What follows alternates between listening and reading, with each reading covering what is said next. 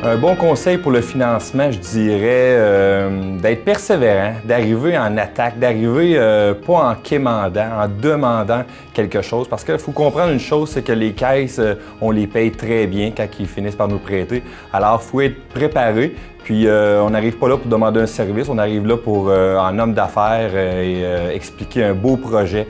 Fait être sûr de soi, je pense que c'est la plus belle affaire qui peut arriver. Là. Si on n'a pas les compétences financières, il faut avoir les bonnes personnes autour de nous pour vraiment être bien entouré, être bien encadré.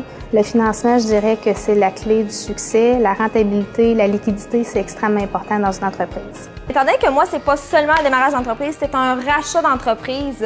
Le financement, c'est toujours un peu plus difficile parce qu'on part pas de des chiffres qu'on va projeter, mais on part vraiment de chiffres qu'on a déjà. Fait que le financement, pour moi, est un petit peu plus compliqué, mais avec la persévérance, on l'a eu.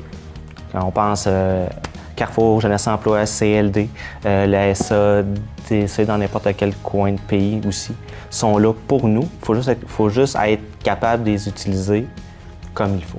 Le financement, c'est ce qui nous permet de partir. C'est l'étape numéro 1. Fait que c'est sûr qu'il faut arriver préparé. De plus en plus, les banques nous demandent beaucoup d'informations. Il faut être solide, il faut savoir ce qu'on veut, il faut avoir des objectifs précis. L'étude de marché vient beaucoup appuyer qu'est-ce qu'on présente. Puis les banques ont besoin de s'assurer que notre projet va fonctionner à 100%. Pas avoir peur d'aller cogner aux portes. Il y a toujours quelqu'un qui est là pour nous donner un coup de main. Il faut juste